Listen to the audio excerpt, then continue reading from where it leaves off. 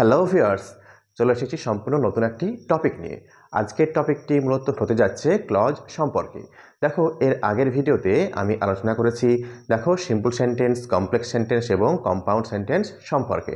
দেখো, এই যে গঠনের দিক থেকে সেন্টেন্সকে তিন ভাগে ভাগ করা যায়, সেটি কিন্তু অসম্পূর্ণ থেকে যাবে যদি আমরা ক্লজের আলোচনা না জানি। ঠিক আছে, দেখো ক্লজের আলোচনা যদি তোমরা এই ভিডিওতে দেখে নাও, তাহলে আমার মনে হয় না অন্য কোনো ভিডিও আর দেখার প্রয়োজন হবে। ক্লজ সম্পর্কে যাবতীয় যে কনফিউশন, সেটা কিন্তু চিরকালের জন্য দূর হয়ে যাবে। তো চলো, ক্লজ সম্পর্কে আমরা কিন্তু ভালোভাবে বিশদে জেনে নিই। দেখো, বোর্ডের দিকে খেয়াল করো। দেখো, ক্লজের ডেফিনেশন যদি আমরা জানি, তাহলে ক্লজ এরকম হবে। বলছে a clause is a group. A clause is a group of words. তাহলে কি, ক্লজ হচ্ছে শব্দের সমষ্টি। ঠিক আছে, হ্যাভিং মানে আছে, having a subject and predicate of its own, but forming part of a sentence. তা কি বললাম, ক্লজ হচ্ছে কতগুলা শব্দ সমষ্টি, যার মধ্যে রয়েছে একটি সাবজেক্ট এবং প্রেডিকেট। দেখো, প্রেডিকেট আমরা কাকে বলি? দেখো, তোমার সাবজেক্ট বাদ দিয়ে বাকি যে পোর্শনটা, সেই পোর্শনটাকে বলা হয় প্রেডিকেট। ঠিক আছে, বলছে ক্লজ হচ্ছে কতগুলো শব্দ সমষ্টি, যার মধ্যে রয়েছে subject and predicate of its on, তার নিজের রয়েছে। ঠিক আছে, কিন্তু দেখো বলছে but forming part of a sentence. দেখো, এই লাইনটার দিকে তোমরা খেয়াল করো। কি বলছে? সেন্টেন্সের অংশ মাত্র। ঠিক আছে, সেন্টেন্সের অংশ মাত্র, নট সেন্টেন্স। সেন্টেন্স কিন্তু বলেনি, বলেছে সেন্টেন্সের অংশ মাত্র। ঠিক আছে, তাহলে আমরা জানলাম কি, একটা বড় সেন্টেন্সের একটা পার্ট বা অংশকে কিন্তু ক্লজ বলা হয়। ঠিক আছে, তো চলো এই ব্যাপারটি একটা উদাহরণ সহযোগে দেখে নেওয়া যাক। দেখো, I know why he did it. দেখো, একটু আগেই বললাম কি বললাম, দেখো সাবজেক্ট থাকবে। দেখো, এই যে এটাতেও সাবজেক্ট রয়েছে, এটাও ভার্ব রয়েছে, এখানেও সাবজেক্ট রয়েছে, এখানেও ভার্ব রয়েছে। ঠিক আছে, তাহলে একটু আগে বললাম ক্লজে কি থাকবে না, তো একটি সাবজেক্ট থাকবে অ্যান্ড আ প্রেডিকেট থাকবে of its own, but forming part of a sentence, সেন্টেন্সে কিন্তু অংশ হবে। ঠিক আছে, দেখো এই প্রসঙ্গে একটু সেন্টেন্স কাকে বলে সেটাও একটু জেনে নেওয়া যাক। দেখো, সেন্টেন্সে হচ্ছে কতগুলো শব্দ সমষ্টি, যেটা কিন্তু একটা কমপ্লিট সেন্স প্রকাশ করবে, তাকে কিন্তু সেন্টেন্স বলা হয়। তাহলে সেন্টেন্স আর ক্লজের মধ্যে পার্থক্য কোথায় রয়েছে? ক্লজ হচ্ছে শব্দ সমষ্টি, যার মধ্যে রয়েছে কি subject and predicate of its own, but forming part of a sentence. বলছে forming part of a sentence, সেন্টেন্সের অংশ, নট সেন্টেন্স। ঠিক আছে, কিন্তু সেন্টেন্সের মধ্যে কি থাকবে? সেন্টেন্সের মধ্যে দেখো একটা সাবজেক্ট থাকবে, একটা ভার্ব থাকবে। ঠিক আছে, এবং একটা কমপ্লিট সেন্স প্রকাশ করবে। সেন্টেন্সের মধ্যে কিন্তু ক্লজ থাকতে পারে, কিন্তু ক্লজের মধ্যে সেন্টেন্স থাকবে না। তো চলো দেখে নেওয়া যাক। দেখো, এই যে প্রথমে কি রয়েছে, আই নো, আই সাবজেক্ট, তারপরে দেখো ভার্ব রয়েছে, নো এটা ভার্ব। ঠিক আছে, আবার দেখো কি রয়েছে, হি সাবজেক্ট আবার ভার্ব। ঠিক আছে, তো দেখো এখানে দুখানা সাবজেক্ট দুখানা ভার্ব রয়েছে, তাহলে কি আমরা বলবো এখানে দুখানা সেন্টেন্স রয়েছে? একদমই না। দেখো কি বলছে, দেখো আই নো, দেখো এই যে পোর্শনটা, এই পোর্শনটা কিন্তু স্বয়ংসম্পূর্ণ, কারো প্রতি কিন্তু নির্ভর করে নেই। দেখো বাকি পোর্শনটা, হোয়াই হি ডিড ইট, এই পোর্শনটা দেখো আই নো, এই পোর্শনের উপর কিন্তু নির্ভর করে আছে। তাই এই যে হোয়াই থেকে এই যে পরের পোর্শনটাকে আমরা বলবো ডিপেন্ডেন্ট ক্লজ বা নির্ভরশীল বাক্যাংশ। ঠিক আছে, বাক্যের অংশ বলেছি, বাক্যাংশ নট সেন্টেন্স। ঠিক আছে, ডিপেন্ডেন্ট ক্লজ বা সাব অর্ডিনেট ক্লজ। তাহলে বোঝা গেল। দেখো, তাহলে ক্লজ হচ্ছে কি না, তো সেন্টেন্সের ছোট ছোট ইউনিট। দেখো আই নো, এটাও একটা ক্লজ। ঠিক আছে, আই নো এটাও একটা ক্লজ। তারপরে পরের পোর্শনটা রয়েছে হি, হোয়াই হি ডিড ইট, দেখো হি ডিড ইট এটাও একটা ক্লজ। ঠিক আছে, দেখো তাহলে কি হলো, দুখানা ক্লজ একসাথে যুক্ত হয়ে কিন্তু একটা সেন্টেন্স তৈরি করছে। ঠিক আছে, দুখানা ক্লজ একসাথে যুক্ত হয়ে কিন্তু সেন্টেন্স তৈরি করছে। তাহলে বোঝা গেল। তো সেন্টেন্স কাকে বলে? সেন্টেন্সের মধ্যে রয়েছে কি, একটা সাবজেক্ট থাকবে এবং একটি ভার্ব থাকবে।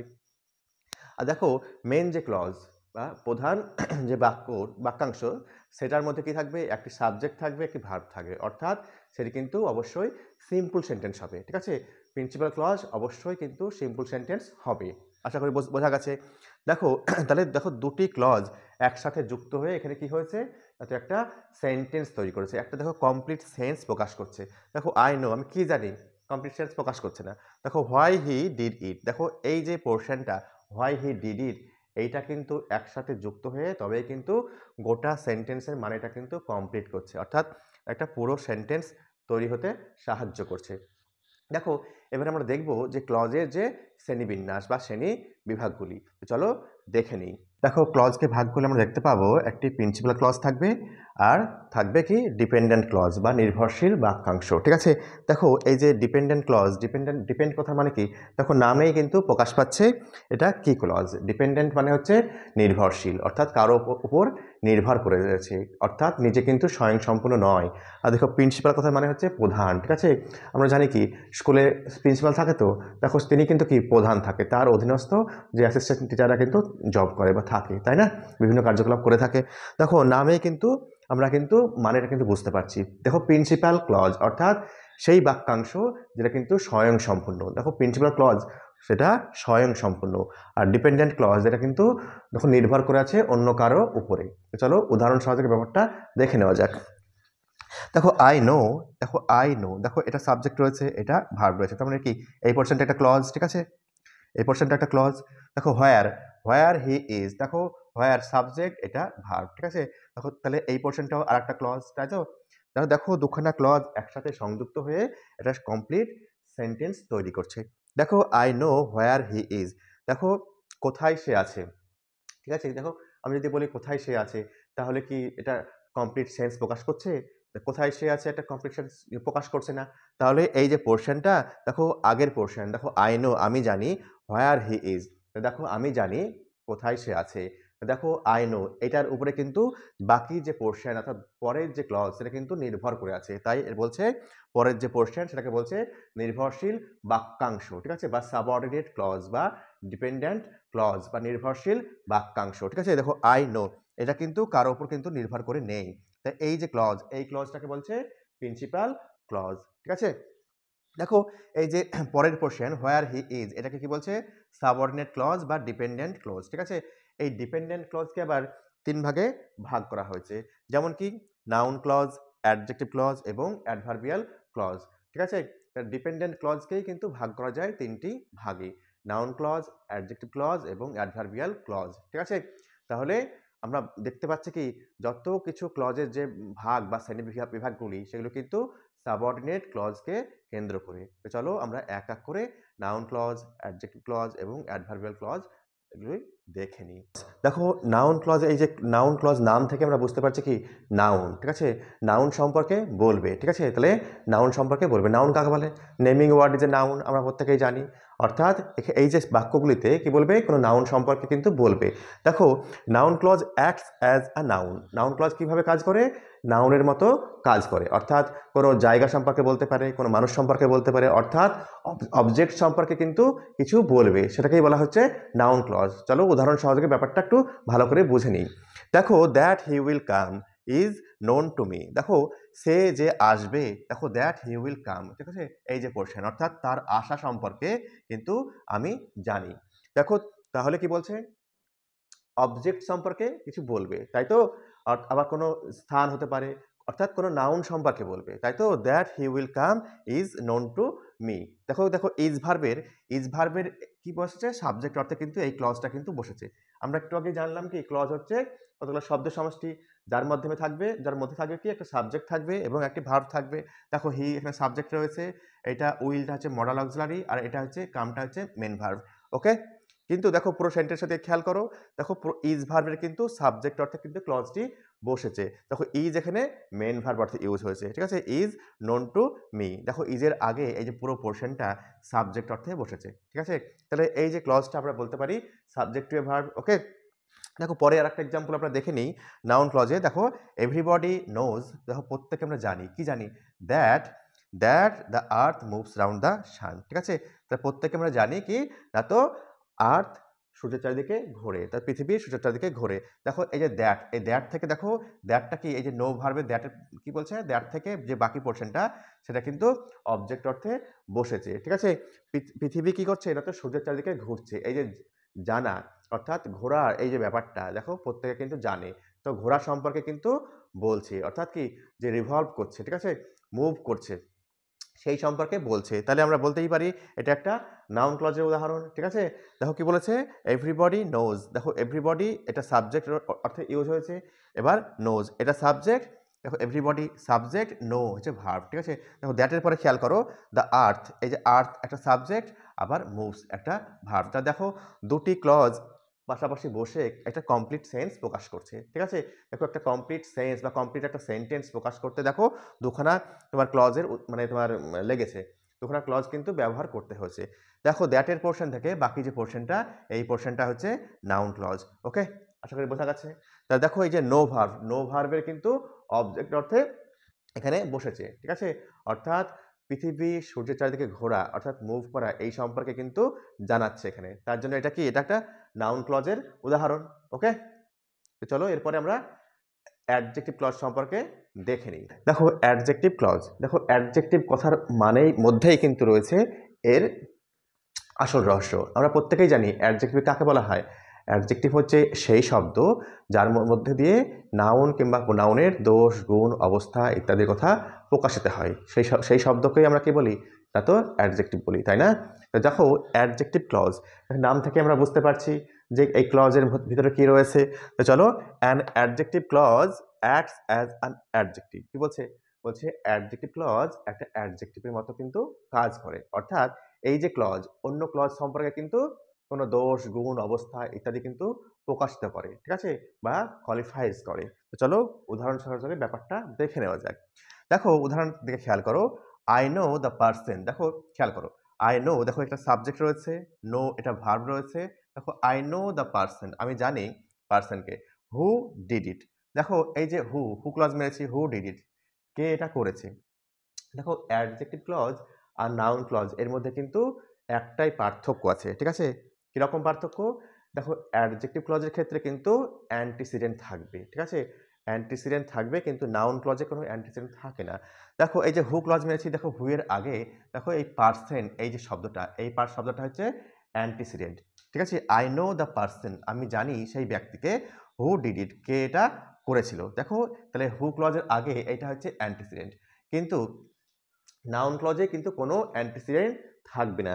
তো দেখো এই যে অ্যাডজেক্টিভ ক্লজ আমরা বুঝতেই কিন্তু নাউন ক্লজের সঙ্গে এই যে পার্থক্য সেটা কিন্তু বুঝে নেব। দেখো নাউন ক্লজ এবং অ্যাডজেক্টিভ ক্লজের মধ্যে একটাই পার্থক্য রয়েছে, ঠিক আছে। সে পার্থক্যটা কি না, তো অ্যাডজেক্টিভ ক্লজে দেখো লিঙ্কারগুলা, দেখো লিঙ্কিং যে word who, which, what, where, when, এগুলো প্রত্যেকটাই কিন্তু নাউন ক্লজেও ব্যবহার হয়, আবার অ্যাডজেক্টিভ ক্লজের ক্ষেত্রেও ব্যবহার হয়। কিন্তু পার্থক্য কোথায় রয়েছে, অ্যাডজেক্টিভ ক্লজে অ্যান্টিসিডেন্ট থাকবে, নাউন ক্লজে অ্যান্টিসিডেন্ট থাকবে না। দেখো I know the person who did it, দেখো এই যে হু এর আগে কি রয়েছে, দ্য পার্সন, ওই জন্য কিন্তু এইটা কিন্তু কি অ্যান্টিসিডেন্ট, ঠিক আছে। এইটা অ্যান্টিসিডেন্ট আছে বলেই কিন্তু এটা অ্যাডজেক্টিভ ক্লজের মধ্যে আছে, ঠিক আছে। যদি আমরা এটাকে নাউন ক্লজে কনভার্ট করি তাহলে কিন্তু এই যে আই নো দ্য পার্সন, এই পার্সন অর্থাৎ এই অ্যান্টিসিডেন্টটা কিন্তু থাকবে না। তা I know who did it, এইটা কিন্তু তাহলে নাউন ক্লজে চলে যাবে, ঠিক আছে। দেখো I know who did it, তাহলে এটা কিন্তু নাউন ক্লজে চলে যাবে। যদি আমরা ক্লজের আগে কোনো নাউন কিংবা প্রোনাউন দেখতে পাই সেটাকে কিন্তু আমরা অ্যান্টিসিডেন্ট বলবো, ঠিক আছে। সেই অ্যান্টিসিডেন্ট থাকলে আমরা জানবো অ্যাডজেক্টিভ ক্লজের মধ্যে আছে, ঠিক আছে। যদি না থাকে তাহলে জানবো নাউন ক্লজের মধ্যে আছে। তাহলে এখানে আই নো দ্য পার্সন বলতে পারো, আই নো দ্য পার্সন, আমি সেই পার্সনকে চিনি বা জানি, ঠিক আছে। হু ডিড ইট, দেখো হু ক্লজের আগে কি বসেছে, অ্যান্টিসিডেন্ট আছে, তাই এটা অ্যাডজেক্টিভ ক্লজ। তো চলো পরের উদাহরণটা আমরা দেখে নিই। আই নো দ্য রিজন, দেখো আমি জানি কারণটা, ঠিক আছে। হোয়াই হি ফেল্ড, দেখো আমি জানি, দেখো যে হয় ক্লজ মেরেছি, দেখো হোয়াই হি ফেল্ড, দেখো হি সাবজেক্ট, এটা ভার্ব, তাই না, এটা একটা ক্লজ। দেখো এই যে আগের যে পোর্শন সেটাও একটা clause. I know the reason, দেখো আই সাবজেক্ট রয়েছে, এই যে নো ভার্ব রয়েছে, ঠিক আছে। দেখো হোয়াই, দেখো রিজনটা এখানে কি অ্যান্টিসিডেন্ট, দেখো ক্লজের আগে একটা অ্যান্টিসিডেন্ট রয়েছে, তাই জন্য এটা অ্যাডজেক্টিভ ক্লজের একটা উদাহরণ। I know the reason why he failed, আমি জানি কারণটি, কী কারণে সে ফেল করেছে। দেখো এটাকে যদি নাউন ক্লজে কনভার্ট করি তাহলে এই রিজন, এই যে কথাটা অর্থাৎ এই অ্যান্টিসিডেন্টটাকে কিন্তু বাদ দিতে হবে, ঠিক আছে। রিজন এই কথাটা হচ্ছে antecedent, I know the reason এটা হচ্ছে অ্যান্টিসিডেন্ট। দেখো তাহলে এই অ্যান্টিসিডেন্টটা বাদ দিলেই এটা নাউন ক্লজে চলে যাবে। তাহলে বুঝতে পারছো তো অ্যাডজেক্টিভ ক্লজ চেনা বা জানা অত্যন্ত সোজা, ঠিক আছে? দেখো অ্যাডজেক্টিভ থেকে নাউনে যাওয়া বা নাউন থেকে অ্যাডজেক্টিভে যাওয়া একদম সোজা। দেখো তোমাকে যদি নাউন থেকে অ্যাডজেক্টিভে কনভার্ট করতে বলে তাহলে মাঝে আমাকে লাগাতে হবে কি একটা অ্যান্টিসিডেন্ট লাগাতে হবে, ঠিক আছে? অ্যান্টিসিডেন্ট লাগিয়ে দিলেই অ্যাডজেক্টিভে কনভার্ট হয়ে যাবে। আর যদি নাউন ক্লজে নিয়ে যেতে পারে তাহলে অ্যান্টিসিডেন্টটা বাদ দিতে হবে। আশা করি বোঝাতে পেরেছি। তো চলো এবার অ্যাডভার্বিয়াল ক্লজ সম্পর্কে উদাহরণ সহযোগে বুঝে নেওয়া যাক। দেখো সেন্টেন্সে একটা অ্যাডভার্বিয়াল ক্লজ একটা অ্যাডভার্বের মতো কাজ করে, ঠিক আছে? তাহলে প্রথমেই আমাদের জানতে হবে অ্যাডভার্ব কাকে বলে। দেখো an adverb is a word, কি বলেছি? তো a word that qualifies a verb, an adjective, an adverb and sometimes a sentence or any parts of speech except noun or pronoun. দেখো নাউন কিংবা প্রোনাউনকে বাদ দিলে যে বাকি 6টি পার্টস অফ স্পিচ রয়েছে সেগুলোকে কিন্তু কোয়ালিফাই করে, ঠিক আছে? তাহলে কি বললাম, একটা অ্যাডভার্ব হচ্ছে সেই শব্দ যার মধ্য দিয়ে বা যার মাধ্যমে কোনো ভার্ব, অ্যাডজেক্টিভ বা অন্য কোনো অ্যাডভার্বকেও কোয়ালিফাই করা হয়, ঠিক আছে? আবার কখনো কখনো পুরো সেন্টেন্সকেও কোয়ালিফাই করে বা অন্য পার্টস অফ স্পিচকেও কোয়ালিফাই করে, শুধুমাত্র নাউন কিংবা তোমার প্রোনাউনকে বাদ দিলে, ঠিক আছে? নাউন এবং প্রোনাউন এই যে দুই পার্টস অফ স্পিচ রয়েছে দুটি, এটা কিন্তু বাদ দিলে। আমরা জানি কি পার্টস অফ স্পিচ 8টি রয়েছে, যার মধ্যে নাউন এবং প্রোনাউনও পড়ে। এই দুটোকে বাদ দিলে বাকি যে 6টি রয়েছে সেগুলোকে কিন্তু কোয়ালিফাই করে। চলো ব্যাপারটি উদাহরণ সহযোগে দেখে নেওয়া যাক। দেখো অ্যাজ হি ইজ ইল, দেখো যেহেতু সে অসুস্থ, হি ক্যান নট কাম, সে কিন্তু আসতে পারেনি, ঠিক আছে? দেখো তার আসতে পারার যে কারণটা কি ছিল না, তো কেন না, তো সে অসুস্থ ছিল। তো দেখো এখানে অ্যাডভার্বিয়াল ক্লজ অফ কি বলা হয়েছে, রিজন ইউজ করা হয়েছে। তো অ্যাডভার্বিয়াল ক্লজ অফ রিজনকে আমরা এখানে ব্যবহার করেছি, ঠিক আছে? তো দেখো কি বলছে, পরের একটা এক্সাম্পল দেখে নেওয়া যাক, তাহলে ব্যাপারটি আর একটু ক্লিয়ার হবে। স্টে হোয়ার ইউ আর, বলছে দেখো ইউটা উজ্জ আছে, যেহেতু আমরা জানি ইম্পারেটিভ সেন্টেন্সে ইউ উজ্জ থাকে, ঠিক আছে? ইউ স্টে, ইউটা এখানে উজ্জ রয়েছে, শুরু হয়েছে কি দিয়ে, ভার্ব দিয়ে। তো দেখো কোনো ভার্ব দিয়ে শুরু হলে আমরা সাবজেক্টটি জানবো যে উজ্জ রয়েছে, ওকে? স্টে অর্থাৎ you stay where you are, বলছে এখানে প্লেসকে বলা হয়েছে, মিন করা হয়েছে, অর্থাৎ অ্যাডভার্বিয়াল ক্লজ অফ তোমার প্লেসকে ব্যবহার করা হয়েছে। তো তাহলে আশা করি তোমরা বুঝতে পেরেছো। দেখো এরপরে আমি বেশ কতগুলি তোমাদের এক্সাম্পল দিয়ে দেবো, তোমরা কিন্তু নিজেরা কিন্তু বলবে যে কোনটা কোন ক্লজে পড়বে, ঠিক আছে? ক্লজের আলোচনা তোমরা কতটা বুঝতে পেরেছো বা উপলব্ধি করতে পেরেছো এটাকে টেস্ট করার জন্য আমি কিছু এক্সাম্পল দিচ্ছি। তোমরা আমাকে কমেন্টে জানাবে যে আলোচ্য বাক্যগুলি কোনটি নাউন ক্লজের মধ্যে পড়বে, কোনটা অ্যাডজেক্টিভ ক্লজের মধ্যে পড়বে এবং কোনটা অ্যাডভার্বিয়াল ক্লজের মধ্যে পড়বে। ঠিক আছে, আমি তোমাদের কমেন্টে রিপ্লাই অবশ্যই দেব। দেখো আশা করি যদি ভিডিওটি ভালো লেগে থাকে তোমরা একটা লাইক দিও এবং সাবস্ক্রাইব করে চ্যানেলটির পাশে থেকো। ভালো থেকো, সুস্থ থেকো।